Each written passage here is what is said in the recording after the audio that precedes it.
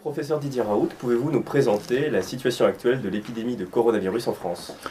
Tout d'abord, le premier point que je voudrais souligner, et je pense que mon équipe a le même sentiment, c'est que je suis d'une certaine façon incroyablement rassuré par le comportement des gens que je vois. Je trouve ça inouï, je trouve qu'on a un soutien extraordinaire, une bienveillance extraordinaire, nombre de messages au soutien, on a des bénévoles, on a des gens qui nous envoient des cadeaux, qui nous encouragent.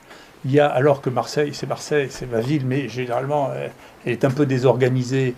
Il y a ici un respect de l'organisation, de la discipline pour les patients. On a 4 files, tout le monde suit. Il y a des gens extrêmement célèbres que vous rêveriez d'avoir sur un plateau télé qui font la queue comme tout le monde, sans rien dire. Et donc, on voit quelque chose qui, moi, je trouve, me rassure, parce que je pensais que ce pays était plus capable de ça. Et donc, ça me rassure de le voir. Ce qui veut dire que dans les crises, on est capable de voir des choses tout à fait incroyables. Et donc, ne vous inquiétez pas trop pour les gens qui me disent de moi, je suis enthousiaste.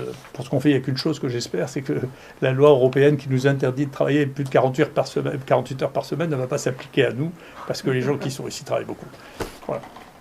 La deuxième chose, c'est sur le plan du travail. Écoutez, le traitement, les stratégies diagnostiques qu'on a mis en place fonctionnent bien. On a testé 50 000 personnes ici maintenant, donc, ce qui nous a permis de détecter 2400 personnes infectées ici, qui on a proposé des thérapeutiques.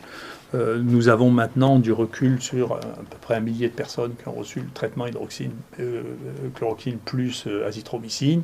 Les choses se sont très bien passées. Nous avons eu à déplorer un décès qui était un homme de 84 ans. C'est tout pour l'instant. Donc après 3 jours de traitement, ce qui nous permet de commencer à avoir une véritable évaluation. Donc on est très satisfait. Faites attention, ne vous auto-prescrivez pas ça. En particulier, il faut qu'il y ait un médecin qui vous prescrive. Il faut que vous ayez un électrocardiogramme, qu'on dose le potassium dans votre sang. Il ne faut pas improviser. Ce sont quand même des médicaments. Et donc il faut y faire attention. Mais globalement, les résultats qu'on a sont très satisfaisants. Et je suis très content que l'équipe chinoise vienne de publier une étude comparative entre l'hydroxychloroquine contre pas de traitement, et qui montre qu'effectivement, dans notre cible, qui sont les gens qui sont modérément malades, diagnostiqués au début, l'hydroxychloroquine a un succès important. Il faut faire attention, quand il est trop tard, il est trop tard, c'est-à-dire au moment où les gens sont en réanimation, quand ils ont des syndromes de détresse respiratoire, quand on est obligé de les intuber, en réalité, ça n'est plus l'heure des antiviraux. On sait ça pour la grippe, par exemple. Les médicaments qui marchent pour la grippe, ça marche dans les 2 premiers jours de la grippe. Là, ça marche un peu plus longtemps.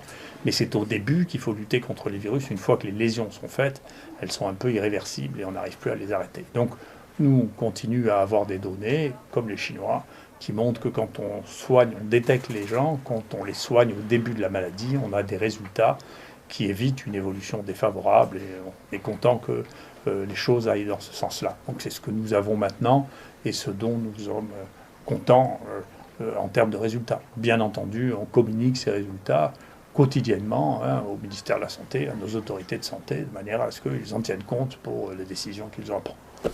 Voilà, mais maintenant, je ne voudrais pas que vous imaginiez que je suis tout seul, et donc je voudrais vous présenter l'état-major des gens qui travaillent avec nous, qui travaillent comme des fous, comme tous les gens ici. Je ne peux pas faire venir tout le monde pour vous les présenter, mais les gens qui travaillent ici se donnent cœurs et âme pour pouvoir essayer de faire fonctionner les choses.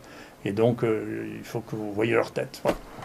Le professeur Parola, qui est un des chefs de service, médecin interniste et infectiologue, qui prend en charge une grande partie des malades, qui nous aide beaucoup dans cette situation. Yolande Obadia, qui est la présidente de notre conseil, qui nous aide énormément pour la logistique, la saisie des données, et l'organisation avec les partenaires environnants. Philippe Colson, qui supervise toutes les PCR et tous les examens biologiques du laboratoire. Il a un travail de fou. Lui, il a dépassé les 70 heures par semaine. Philippe Brouki, qui est le coordinateur de l'ensemble du pôle au niveau des maladies infectieuses, qui est un infectiologue et qui est en relation directe avec le ministère pour tous les essais, toutes les stratégies thérapeutiques. Bernard Lascola, qui est le virologue qui s'occupe de toute l'isolement, les isolements de virus. Il a isolé plus de 600 virus du coronavirus. Il a fait tous les tests de sensibilité aux antiviraux. qui ont montré une activité extraordinaire de l'association de l'hydroxychloroquine plus l'azithromycine sur les virus à l'intérieur des cellules, qui nous a conforté dans le fait que c'était probablement la meilleure association de toutes. Philippe Gautret, qui s'occupe de toutes les cohortes, de l'analyse des données, de la mise en forme des tests statistiques et qui travaille aussi jour et nuit pour répondre aux demandes un peu exigeantes que je formule en termes de rapidité. Florence Fénolard, qui est professeur de microbiologie, qui dirige le comité de lutte contre l'infection nosocomiale et qui essaie d'organiser les rapports avec les gens qui sont un peu affolés dans les hôpitaux par cette épidémie et qu'il fait avec beaucoup de bienveillance et d'efficacité. Mathieu Millon, qui est un de nos jeunes professeurs, qui a la responsabilité de tout ce qui est hôpital de jour actuellement pour pouvoir gérer tous les patients qui se présentent. Hervé Tissot-Dupont, qui a la responsabilité, qui est médecin praticien hospitalier et qui a la responsabilité des consultations et de l'organisation des consultations et qui arrive à faire une fluidité tout à fait inouïe. Il passe plus de 800 personnes par jour pour pouvoir les prélever et organiser le rendu des résultats.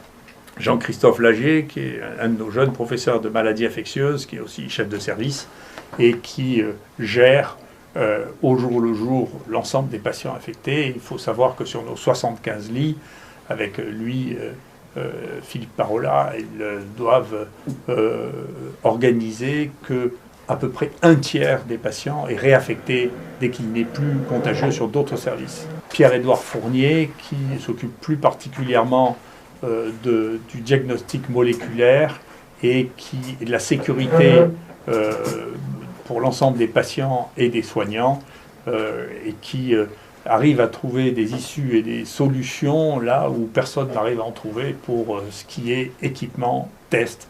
Et quand les gens nous demandent par quelle magie on arrive à faire autant de tests, une partie du fait que c'est lui le magicien. Michel Drancourt, qui est le plus ancien de mes collaborateurs, avec qui nous travaillons depuis 35 ans ensemble et qui me seconde à chaque étape et à chaque moment, en particulier en ce moment dans la réorganisation du laboratoire pour faire face aux besoins.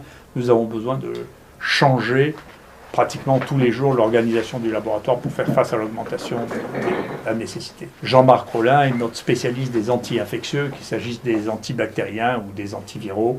Il a une collection de molécules à tester absolument considérable et un suivi de tout ce qu'il est possible d'utiliser dans des conditions de soins immédiats, c'est-à-dire durant le cours de l'épidémie parmi les molécules qui existent déjà. André Stein, qui est un des chefs professeurs de maladies infectieuses, qui est un des chefs de service ici, sur le premier étage, qui nous aide à gérer ce flux permanent des patients pour lequel, encore une fois, un tiers des patients sort par jour et ça nécessite des acrobaties pour pouvoir les gérer et pour pouvoir libérer des lits pour les patients contagieux.